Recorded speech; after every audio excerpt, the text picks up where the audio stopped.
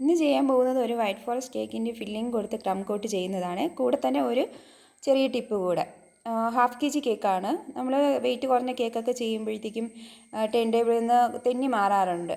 അപ്പോൾ അങ്ങനെ മാറാതിരിക്കാൻ വേണ്ടിയിട്ട് ഒരു ചെറിയ ക്ലീൻ ഡ്രേപ്പ്, ഒരു ചെറിയ പീസ് ടേൺ ടേബിളിൽ ആദ്യം വെച്ച ശേഷം അതിൻ്റെ പുറത്ത് നമ്മൾ കേക്ക് ബോർഡ് വെക്കുകയാണെങ്കിൽ അത് ഒട്ടും തെന്നി മാറാതെ നല്ല സ്റ്റിക്കി ആയിട്ട് നിൽക്കും പോലെ നിൽക്കും. എത്ര തന്നെ നമ്മൾ ചെയ്താലും അത് പിന്നെ ഒട്ടും തെന്നി മാറത്തില്ല. ഞാൻ ആദ്യമൊക്കെ ചെയ്യുമ്പോൾ ടിഷ്യൂ പേപ്പർ ഈ രീതിയിൽ വെച്ചിട്ടാണ് ചെയ്തുകൊണ്ടിരുന്നത്. പക്ഷേ അതിനേക്കാളും പ്രയോജനമുള്ളതായിട്ട് എനിക്ക് ഇത് നല്ലതായി തോന്നി.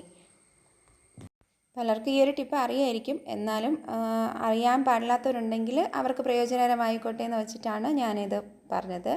പിന്നെ വൈറ്റ് ഫോറസ്റ്റ് കേക്ക് നമ്മൾ സാധാരണ ചെയ്യും പോലെ തന്നെ ക്രീമിന് പുറത്ത് കണ്ടൻസ്ഡ് മിൽക്കും ചോക്ലേറ്റ് ചെറിയ പീസസും ചേർത്ത് ക്രം കോട്ട് ചെയ്ത് എടുത്തതാണ്.